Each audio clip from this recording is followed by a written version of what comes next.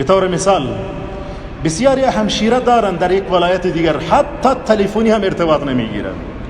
میگه همشیره ما خب الان زن فلانی شده است، صاحب اهل و اولاد است، اون نیازی ندارد که من از او خبر بگیرم، در حالی که بر تو فرض است که تو باید ارتباط داشته باشی. بسیاری ها انتظار دارن، میگوین چون من برادر کلان هستم، انتظار دارد همشیره خردشان با او ارتباط بگیرد، با او ارتباط تلفنی بگیرد، از او خبر بگیرد. میگه من خود کلان هستم، به جای پدرش هستم. اما برادرم، تو باید خبر بگیرید از همشیره‌ات، تو باید از برادرایت خبر بگیرید. آیا نمیخواهید صله رحمی را به جای بیاورید؟ این برخلاف صله رحمی است که تو میگویید همشیره هم باید از من خبر بگیرد، من خود خبر نمیگیرم. این صحیح نیست. بسیاری از همشیره ها هستند که شاید ماها گذشته باشد برادر بزرگوارشان یک ارتباط تلفنی هم نداشته است همراهش.